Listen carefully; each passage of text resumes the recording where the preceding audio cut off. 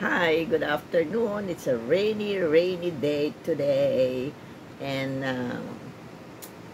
I understand government offices have been suspended. And again, sana safe ang lahat.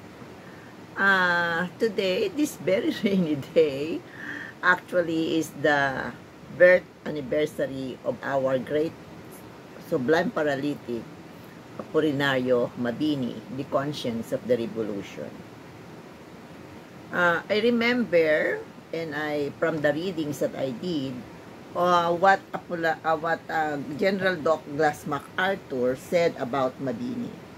He said, Mabini has a classical education, a very flexible, imaginative mind, and his views were more comprehensive than any of the Filipinos I have met.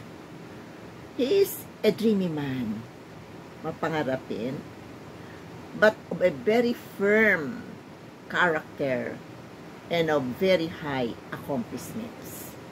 That is definitely coming from one of the greatest generals in history, General Douglas MacArthur.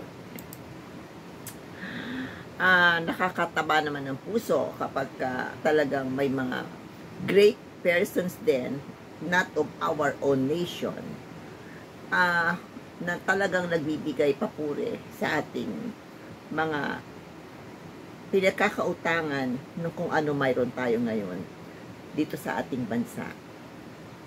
And indeed, Mabini proved to all that one can be useful to his country and people, even if he is physically disadvantaged. If he is, in his case, what did he use?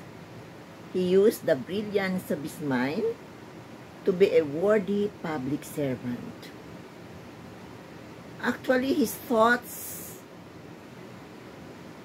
just like Dr. Jose Rizal, our national hero, are gems of wisdom worth revisiting and applying in our everyday life, especially those who are charting the history of our country, our national leaders.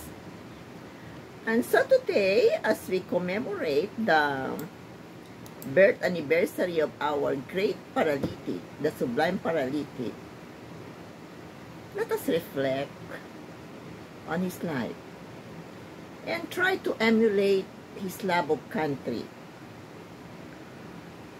his principles as human being, and his genuine and strong love of our nation. Yung totoong pagmamahal sa bansa, yung hindi sisiraan ang ating bansa, lalo na kung sila ay nasa ibang bansa. Nakakalungkot na napakasyalo ng pagmamahal ng mga nagsasabing mahal nila ang bansa, sapagkat pinawasak nila ito sa ginagawa nilang paninira dito, hindi lamang sa ating sariling bayan, kung hindi pumupunta pa sila sa ibang bansa o kaya ay nag-stage pa sila ng mga rally para lang masiraan ang ating pamahalaan. So let us reflect on the life of this man whose genuine love for country is or was unquestionable. Kaya sa mga nagpapanggap na makabayan, medyo balikan natin ang buhay ng mga tunay na makabayan na talagang inalagaan, minahal, at hindi sinira ang kanilang bansa, bagkus ito ay kanilang ipinakipaglaban. So, bato-bato sa langit, tamaan, huwag magagalit. Ito ang inyong Lola Amalia, nagsasabing,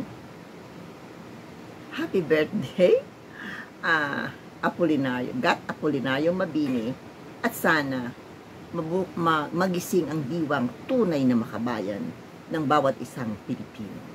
Pagkaisa, para sa ikauunlad at ikagaganda ng ating bansa, ikatatahimik at magdadala sa ating mga kababayan sa tinatawag na kaginhawaan. Bye-bye, maulan, mag-ingat, manatili sa mga tahanan at magnilay-nilay. Bye-bye!